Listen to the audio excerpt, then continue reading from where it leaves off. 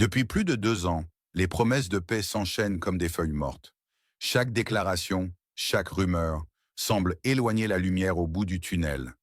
Imaginez ce sentiment d'attente, d'une fin sans cesse repoussée, cette lassitude qui pèse sur des millions de vies, tandis que des politiciens en costume s'affichent devant des caméras. Mais que se passerait-il si je vous disais que la fin de cette violence qui déchire le cœur de l'Europe est déjà écrite? Que ce scénario est prêt et attend juste le bon moment pour être révélé? Question à vous. Où vous trouvez-vous en ce moment, en nous écoutant? Dites-nous votre ville et votre pays. C'est une vérité dure, très dure. Des analystes respectés, loin des théories du complot, affirment que le plan pour la fin de la guerre est déjà élaboré dans le secret des cabinets. Selon Jan Bremer, un expert mondialement reconnu qui s'est souvent avéré juste par le passé, cette conclusion n'est pas le fruit d'un hasard, mais d'une nécessité. Le texte original de l'interview le dit sans ambages. La guerre se terminera non pas parce que les politiciens le voudront, mais parce qu'ils n'auront plus le choix. Son plan est déjà prêt.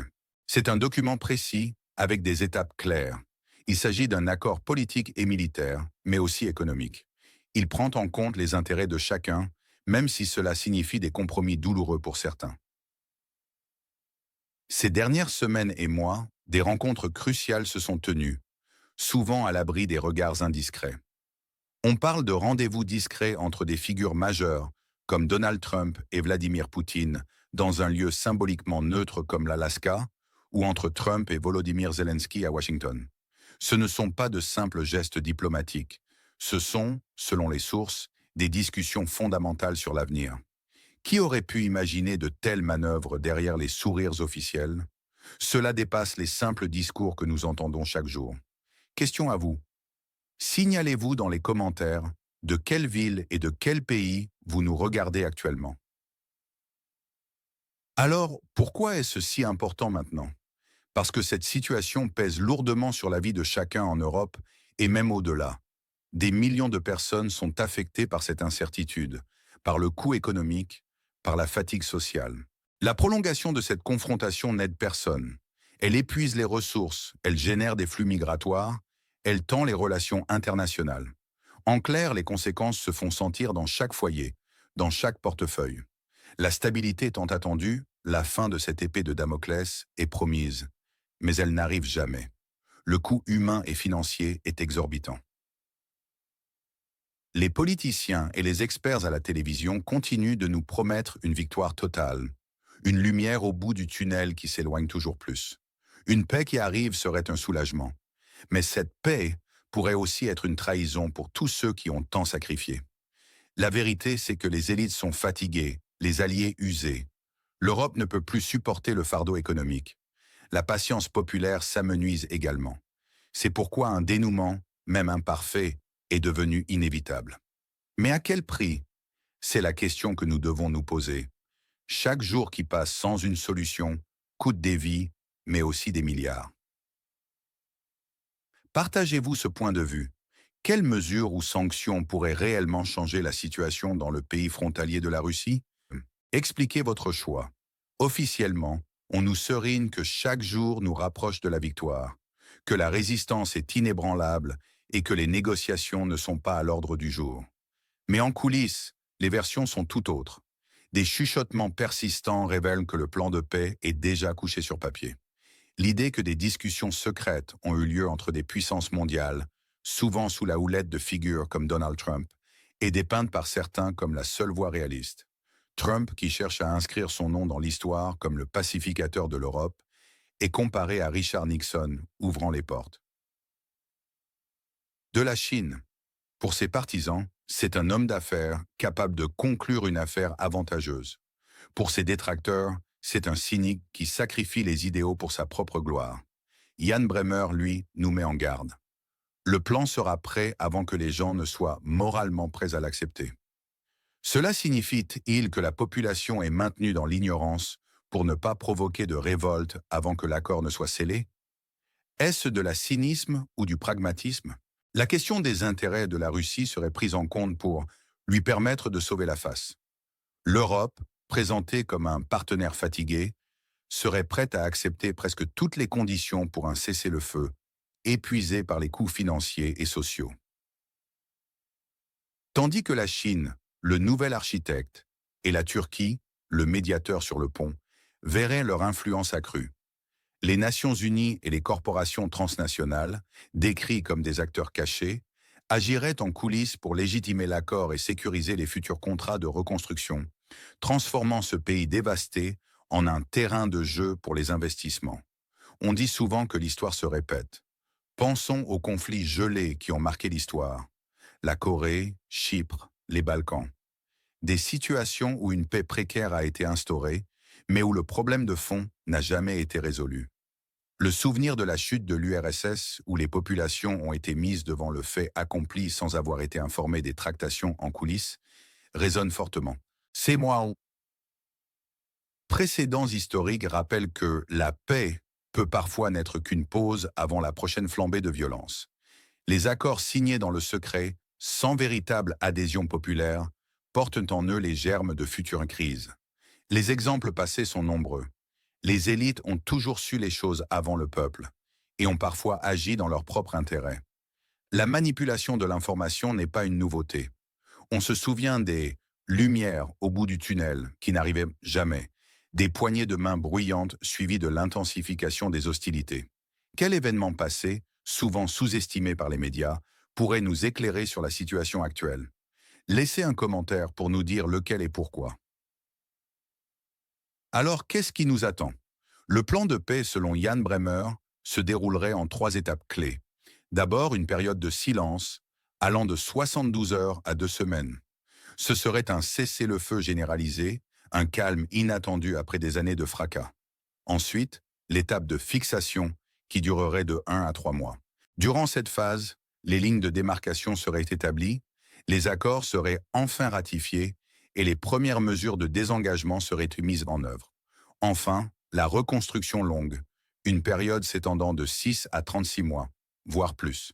Ce serait le temps des efforts massifs pour restaurer les infrastructures, reconstruire les villes et remettre l'économie sur les rails. Les projections pour l'arrivée de Donald Trump au pouvoir en janvier 2025 sont souvent citées comme un jalon potentiel pour la mise en œuvre de ce plan, même si ce n'est qu'une projection. Dites-nous, quel est votre pronostic pour la fin de ce conflit? Pensez-vous que cela arrivera avant le mois et l'année que vous avez en tête? Donnez-nous une raison. Cette paix apporterait son lot de défis, des risques politiques majeurs, avec une possible insatisfaction populaire si l'accord est perçu comme une trahison. Les divisions internes pourraient s'accentuer à la fois dans le pays voisin et en Russie. Sur le plan économique, le coût de la reconstruction sera colossal, des trillions de dollars, selon certaines estimations. Ce pays déchiré pourrait se retrouver dans une dépendance économique vis-à-vis de ses créanciers. Mais le scénario probable, c'est une mise en œuvre partielle du plan. Une guerre gelée sur la ligne de front actuelle. Les populations, épuisées, accepteraient à contre-cœur. Mais la rancœur persisterait. L'aide à la reconstruction serait lente, conditionnée, et cette nation resterait dépendante. La Russie obtiendrait un allègement discret des sanctions. En réalité, cette paix pourrait être une pause, une trêve, plutôt qu'une véritable résolution. Le risque qu'un conflit gelé puisse dégénérer à nouveau reste bien présent. Les gagnants seraient les élites mondiales, les grandes corporations, Trump lui-même. La Chine et la Turquie étendraient leur influence. Les perdants? Les peuples ordinaires des deux côtés qui ont vécu ce drame, ceux qui ont cru aux promesses de victoire totale. Alors qu'en pensez-vous? Cette paix serait-elle une victoire ou une capitulation? Est-ce un mal nécessaire pour éviter le pire ou une trahison de ceux qui ont tout donné? Laissez un commentaire pour nous dire ce que vous ressentez face à ces révélations. N'oubliez pas de liker cette vidéo si vous la trouvez pertinente et de vous abonner à notre chaîne pour ne manquer aucune de nos analyses critiques. Activez la cloche pour être notifié de nos prochaines publications. Partagez massivement ce contenu, car la vérité, même amère, doit être connue de tous. Détails supplémentaires sur les négociations secrètes et leurs enjeux. L'idée de négociations secrètes n'est pas nouvelle dans l'histoire diplomatique, mais le contexte actuel leur confère une urgence et une complexité particulières. Plusieurs éléments clés justifient la nécessité de ces discussions à l'abri des regards publics. 1. Désamorcer les tensions publiques. Toute révélation prématurée d'un plan de paix, surtout s'il implique des concessions impopulaires, pourrait provoquer une levée de boucliers publics, sapant ainsi les efforts diplomatiques. Le silence permet aux négociateurs de travailler sans la pression constante de l'opinion publique et des médias. 2. Préserver la corde raide diplomatique. Dans des situations de conflit armé, les positions officielles des belligérants sont souvent intransigeantes pour des raisons de prestige national et de morale militaire. Les négociations secrètes offrent un espace où les parties peuvent explorer des voies de compromis sans apparaître faibles devant leur propre population ou leurs alliés. 3. Impliquer les acteurs, clé sans officiel. L'implication de figures comme Donald Trump, même sans mandat officiel de la part de l'administration actuelle, est un indicateur de la complexité des dynamiques de pouvoir. Trump, en tant qu'ancien président et potentiel futur président, dispose d'une influence unique qui peut être exploitée pour forcer des avancées. Sa capacité à communiquer directement avec Poutine est un atout non négligeable pour des canaux de discussion qui échappent aux circuits diplomatiques traditionnels. 4. Le rôle des médiateurs obscurs. Au-delà des figures politiques, des médiateurs obscurs ou des personnes de confiance agissent souvent en arrière-plan. Ces individus, parfois issus du renseignement, de la finance ou du monde universitaire, servent de courroie de transmission, facilitant la communication et l'échange d'informations sensibles sans l'engagement formel des États. Leurs motivations peuvent varier, allant de la conviction personnelle à des intérêts stratégiques ou financiers. 5. Les red lines russes et les intérêts européens. Les rumeurs selon lesquelles les intérêts de la Russie seraient pris en compte pour lui permettre de sauver la face sont cruciales. Cela suggère que le plan envisagé pourrait inclure des garanties de sécurité pour la Russie, une neutralité vis-à-vis des alliances militaires pour le pays frontalier de la Russie, ou même des concessions territoriales déguisées sous des arrangements administratifs complexes. La pression économique sur l'Europe, manifestée par la hausse des prix de l'énergie et l'inflation, rend les gouvernements européens plus enclins à accepter des accords qui, en temps normal, seraient considérés comme inacceptables. L'Allemagne, par exemple, fortement dépendante du gaz russe par le passé, a vu son économie souffrir de cette rupture énergétique, ce qui peut influencer sa position en faveur d'un apaisement. 6. Les conditions de l'arrêt des sanctions. L'allègement discret des sanctions russes, mentionné comme une condition potentielle, serait un point de friction majeur. Pour de nombreux pays occidentaux, les sanctions sont un outil de pression essentiel. Leur levée, même partielle, sans contrepartie claire et vérifiable de la part de la Russie, serait perçue comme une victoire pour Moscou et une trahison pour le pays affecté par l'invasion. Les multinationales occidentales, qui ont quitté la Russie sous contraintes politiques et éthiques, s'attendent à ce que le régime de sanctions soit maintenu. Tant que la Russie n'aura pas retiré ses troupes, l'allègement pourrait prendre la forme de contournements officieux ou de mécanismes financiers complexes permettant certaines transactions, sans lever ouvertement les interdictions. 7. Le plan de reconstruction et ses bailleurs de fonds. La reconstruction longue est un enjeu économique colossal. Des trillions de dollars seront nécessaires. Les acteurs cachés, comme les Nations Unies et les corporations transnationales, ne sont pas seulement des philanthropes. Ils cherchent à sécuriser des contrats lucratifs. Le pays dévasté pourrait devenir un terrain de jeu pour les investisseurs. Mais cela implique aussi une forte dépendance vis-à-vis des bailleurs de fonds internationaux qui dicteront les politiques économiques et sociales futures. Les grands groupes de construction, les entreprises énergétiques et les banques d'investissement sont déjà en train de positionner leurs pions pour cette phase, anticipant les opportunités massives qui en découleront. 8. La stratégie de communication post-accord. Une fois le plan scellé, la communication au public sera un défi majeur.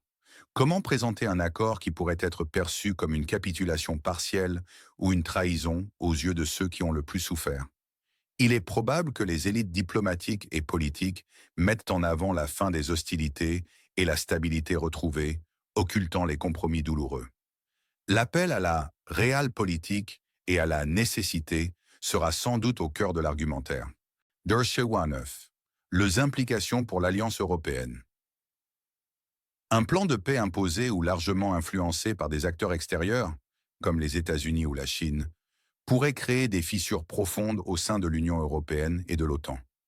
Certains pays membres pourraient se sentir floués, leurs intérêts non pris en compte, ce qui affaiblirait la cohésion de ces alliances. Les pays baltes et la Pologne, en particulier, redoutent tout accord qui pourrait légitimer les gains territoriaux russes ou ouvrir la voie à de futures agressions. 10. L'héritage des conflits gelés. L'histoire des conflits gelés, comme la Corée, Chypre ou la Transnistrie, montre que l'absence de résolution durable crée une instabilité chronique et le risque de nouvelles flambées de violence. Ces situations sont souvent caractérisées par des cessez-le-feu fragiles, des lignes de démarcation militarisées et une absence d'intégration totale des territoires contestés. Toute paix qui ne résout pas les questions fondamentales de souveraineté et d'autodétermination est vouée à être une simple pause avant un nouvel affrontement. 11. Le rôle de la Chine.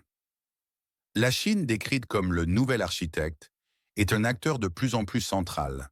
Sa proposition de plan de paix, bien que vague, témoigne de son désir d'affirmer son rôle sur la scène internationale et de positionner ses entreprises pour la reconstruction. L'influence chinoise pourrait se traduire par des investissements massifs, mais aussi par une forme de diplomatie de la dette qui lierait le pays affecté par l'invasion à Pékin. 12. La Turquie comme médiateur. La Turquie a réussi à maintenir des canaux de communication avec l'invasion et la Russie, se positionnant comme un médiateur clé. Sa position stratégique et ses intérêts dans la région de la mer Noire lui confèrent une influence particulière. Si elle parvenait à jouer un rôle central dans un accord de paix, cela renforcerait son prestige international et sa légitimité en tant que puissance régionale. Le processus est donc bien plus complexe qu'un simple accord de cessez-le-feu. Il s'agit d'une refonte potentielle des équilibres géopolitiques en Europe et d'une redistribution des cartes économiques. Le fait que ces discussions aient lieu dans le secret souligne à quel point les enjeux sont élevés et la potentialité de réactions violentes de la part des populations si les termes de l'accord sont perçus comme inéquitables ou humiliants. Ce plan est un équilibre délicat entre la nécessité de mettre fin à la violence, la préservation des intérêts des grandes puissances et le risque d'aliéner les populations qui ont le plus souffert. Les prochaines étapes, si ces informations se confirment, seront cruciales pour déterminer si l'Europe et le monde se dirigent vers une paix durable ou simplement vers une trêve armée. Le destin de ce pays est suspendu à un fil et le monde retient son souffle, ignorant la face cachée des négociations.